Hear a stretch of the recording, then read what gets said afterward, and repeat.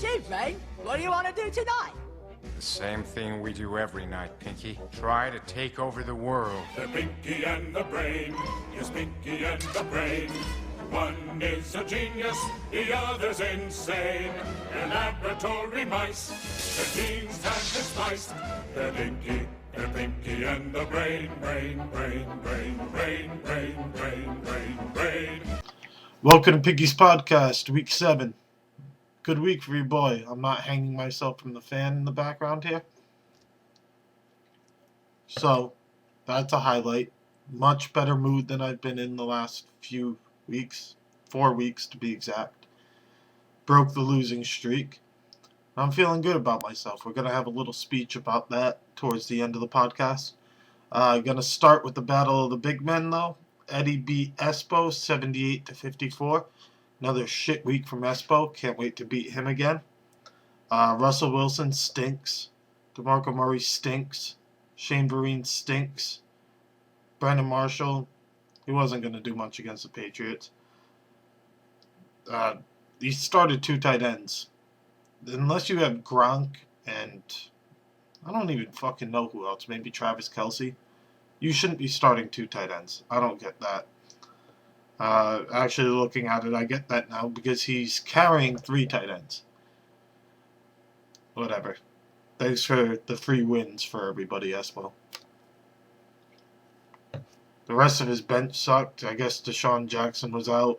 I don't know. Redskins are useless. Leonard Hankerson must have been out. Whatever. Falcons stink now. Thank you, Dwyer, for taking Matt Ryan from me. Like he was ever going to play another fucking game and I get Latavius Murray. That was a nice trade for me, so thank you, Dwyer. We'll get to his matchup later. Right now, actually. Brian Mayette beat Dwyer 90-85.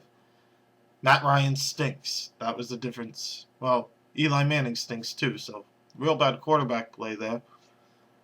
That's all I got on this game. It was a close game. Dwyer had Arizona defense going into last night. They only put up a 9 spot against the Ravens, who stink.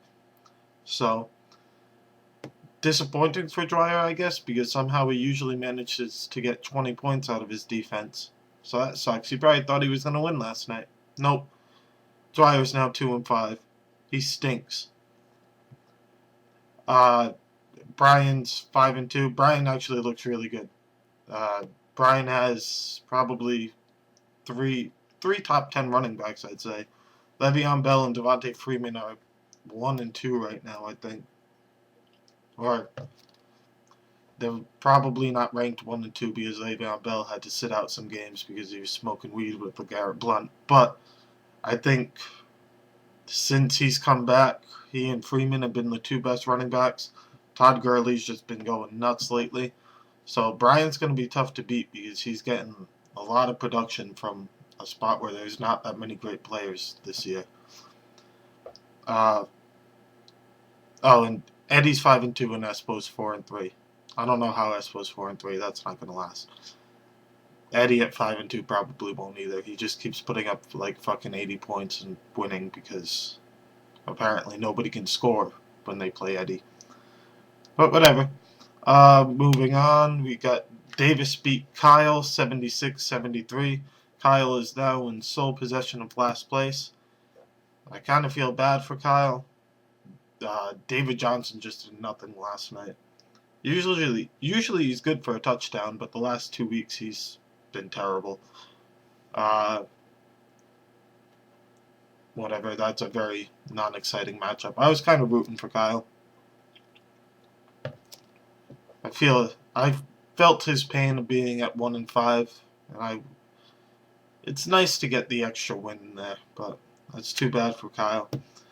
Somehow Ben put up 135 points this week to beat Barnsey. Barnsey had 94. Lamar Miller has just been going nuts recently because they got that psychopath head coach down in Miami. Chris Johnson also had a big game, and Stephon Diggs. Ladarius Green actually put up points late, and Ben stole the Seattle defense right out from under my nose on the waiver wire this week. Real unfortunate there. They put up a hell of a game. I mean, not a bad week from Barnesy, but it's not going to beat 135 points, really, ever. That's a real high score in this league. So, congrats to Ben. He had the highest score this week. I was pushing for it, but whatever. I'll settle for beating Jeff 122 to 94. Jeff started Tyrod Taylor, who didn't play, so that was not a smart move, to say the least. Arian Foster put up a huge game for him before he tore his Achilles, and now he's out for the season. So that's fantastic. Gronk just continues to be Gronk and fucking win. 16 points for him. Not a bad week from Jeff, all things considered, especially with Tyrod Taylor putting up a big 0 spot in his QB position. Getting to my team, though. I've never been happier about a fantasy football team. I mean, yeah, I'm 2-5. Record sucks. But looking at my schedule right now, the only team that I'm worried about facing is Brian's. I mean, I got Kyle next week. Kyle's 1-6. Not worried. Really, I know I face Espo again. Not worried about that. Face Dwyer. Not worried about him. And then I think I finish out the season with Davis and Barnesy. I feel like I might be forgetting a team in there, but whatever. I think there's a good chance that I finish this season at 7-6 now and make the playoffs. And I'd be worried about this team in the playoffs. Mike Evans finally got his shit together, put up a huge game. That was nice to see. Allen Hurns just keeps getting touchdown after touchdown after touchdown every single week. I don't get it. Jacksonville stinks. Allen Hurns isn't that good. But I guess they focus on Allen Robinson, and Hurns finds the end zone somehow, which is beautiful. I built this team up from fucking scrap pile. I lost Jamal Charles. My team sucked before I lost Jamal Charles. I was fielding a goddamn JV team for like 3 weeks. It was brutal. But now I got Brady leading the way. His bye week's already out of the way. Latavius Murray is a nice number 2 running back. Picked up Marshawn Lynch. I'm feeling good about my running back situation. TJ Yeldon's fucking putting it together. Unfortunately, he's got a bye week coming up. Fortunately, this week I'm facing Kyle. So, I mean, my bench put up enough points to beat half of you scrub-ass teams this week. Like, it's ridiculous. Charchandrick West, or however the fuck you pronounce his name, actually played well, which is nice to see. I'm feeling good about this team. Feeling real good.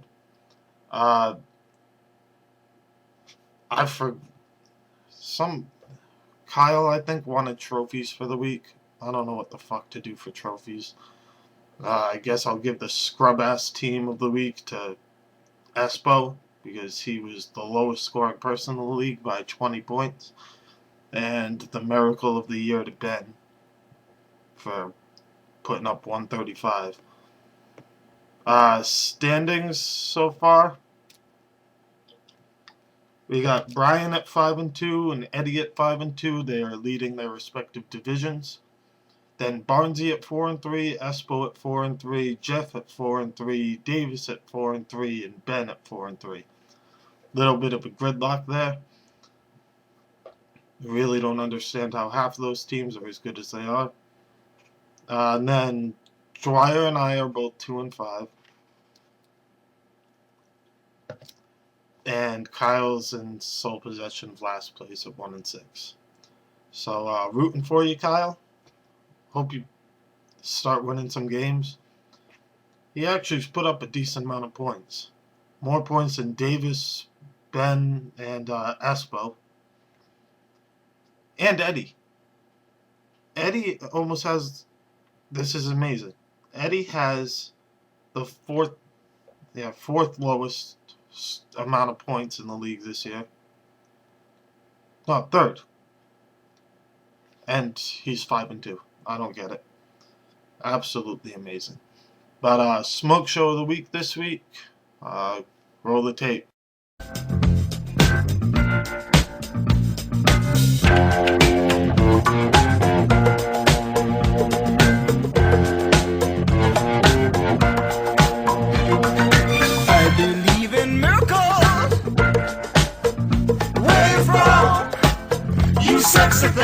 sexy thing, you.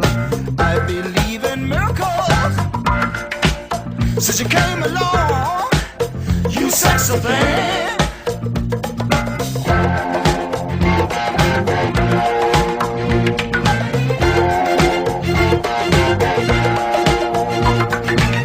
Where did you come from, baby? How did you know I needed you? How did you know I needed you so badly? How did you know I'd give my heart gladly?